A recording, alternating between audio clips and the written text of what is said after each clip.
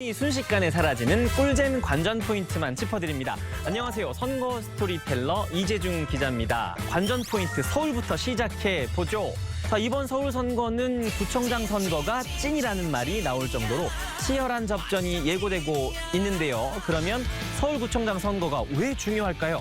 물론 여러 가지 이유가 있겠지만 예산을 집행하는 소위 곳간 열쇠를 쥔 구청을 장악해야 2년 뒤 열리는 총선에서도 유리한 고지를 선점할 수 있기 때문입니다. 이번 서울구청장 선거에 전직 국회의원 출신 정치인들이 대거 출마한 것만 봐도 알 수 있는 대목이죠. 보통 서울구청장 선거는 시장 선거를 이기는 쪽에서 압승을 하는 경우가 많았습니다. 2010년 지방선거를 제외하면 말이죠. 4년 전 2018 지방선거에서 서울 25개구 중에서 더불어민주당이 무려 24곳에서 구청장을 배출했고요. 자유한국당은 서초 단 한 곳에서만 겨우 체면치레를 했습니다. 자유한국당으로선 강남 3구의 보수불패 신화가 깨어져 버린 충격적인 선거였습니다. 반면 민주당은 23년 만에 처음으로 첫 강남구청장을 배출을 했고요. 송파구청장도 16년 만에 탈환에 성공합니다. 그럼 대체 그때 무슨 일이 있었길래 이런 스코어가 가능했냐? 미북 정상회담이 지방선거 하루 전날 열리게 되면서 여당이 민주당에 유리한 선거가 이미 예고가 됐고 이때 문재인 대통령의 지지율은 무려 70%를 넘나들던 때였으니 당시 선거판 분위기가 어땠는지 짐작이 가시죠. 자, 그런데 지난 4월 7일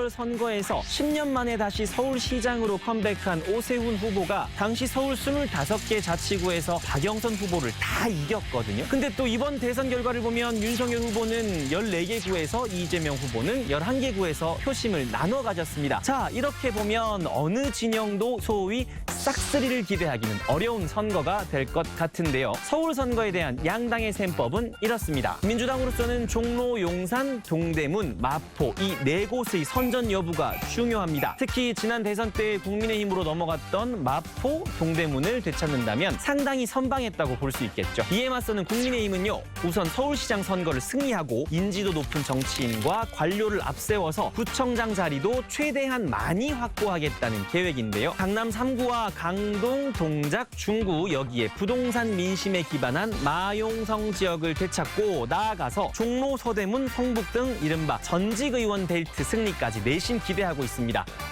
참고로 서울시장은 광역단체장 중 유일하게 국무회의 참석 대상으로 장관급 대우를 받고요. 서울시 예산이 48조 원에 달하지만 손발이 묶이면 그야말로 그림의 떡인 셈이죠. 자, 시 차원에서 추진하는 정책도 구청에서 반대하면 진행이 어렵습니다. 오 후보가 기초선거도 중요하다는 얘기를 자주 해온 것도 이런 이유에서입니다. 지난 4년 동안 서울은 선거마다 매번 다른 결과를 보여왔는데요.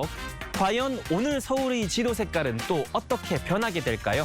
다음은 이번 지방선거의 최대 승부처 경기로 가보겠습니다. 다른 곳을 다 이기고도 경기에서 진다면 글쎄 이걸 이겼다고 봐야 하나. 그만큼 경기는 24만 7천여 표 차로 당락이 결정된 지난 대선의 연장전 성격을 가장 강력하게 띠는 곳이죠. 대선 기간 공보단장에 이어 대통령직 인수위원회에서 대변인을 맡았던 김은혜 후보, 지난 대선 과정에서 이재명 후보에 대한 지지를 선언하며 단일화를 이뤘던 김동연 후보가 윤심과 명심을 등에 업고 맞대결을 펼칩니다. 지난 대선의 대자비처럼 각종 여론조사 결과를 보면 두 사람의 지지율 역시 팽팽한데요. 경기는요, 동북부권과 남서부권의 표심이 엇갈립니다. 이 북한과 인접하고 고령 인구가 많은 편인 경기 북동부는 대체로 보수세가 강하고요. 서울 생활권으로 묶이는 경기 남서부 쪽은 대체로 진보세가 강한데요. 그런데 지난 대선에서 당시 문재인 대통령이 승리한 과천, 이천을 이번엔 윤석열 대통령이 승리했습니다. 과연 이번 지방선거에서도 국민의힘의 손을 들어줄까요? 지난 대선에서 가장 의외의 포인트는 바로 이재명 후보의 텃밭으로 꼽히던 성남시입니다. 물론 이재명 후보가 이기긴 했지만 성남시의 득표차 얼마인지 아십니까? 단 75표 차. 그야말로 반으로 딱 갈라진 반반 민심이었습니다. 그런데 성남에서도 유독 분당구에서만 윤석열 후보가 승리했는데요.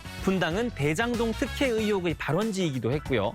역대 선거 결과로 보면 분당의 표심은 이 서울 강남권 표심과 연동되는 특징이 있습니다. 성남시장은 민주당이 내리 3선을 기록하고 있는데요. 이번엔 어떨까요? 이번 지방선거의 최대 승부처 성남시장 결과도 주목해 보시죠. 끝으로 이재명 후보의 인천 상륙작전으로 후끈 달아오르고 있는 인천입니다. 이재명 후보는 인천 계양을 출마를 결정하면서 2달 만에 초고속 정계 복귀를 선언했는데요. 이재명 후보의 당선 여부는 물론이고 지난 대선에서 윤석열 대통령을 선택한 지역까지 이재명 바람이 불 수 있을지 인천 전역의 표심에 관심이 모아지고 있습니다. 게다가 인천시장은 현 박남춘 시장과 유정복 전 시장의 리턴 매치가 성사가 됐는데요. 현 시장과 전 시장의 맞대결이라는 점에서 인천시장의 결과도 주목해 볼 만합니다. 5분 순삭 관전 포인트, 지금까지 대한민국 인구의 절반이 모여 있는 수도권의 관전 포인트를 알아봤습니다.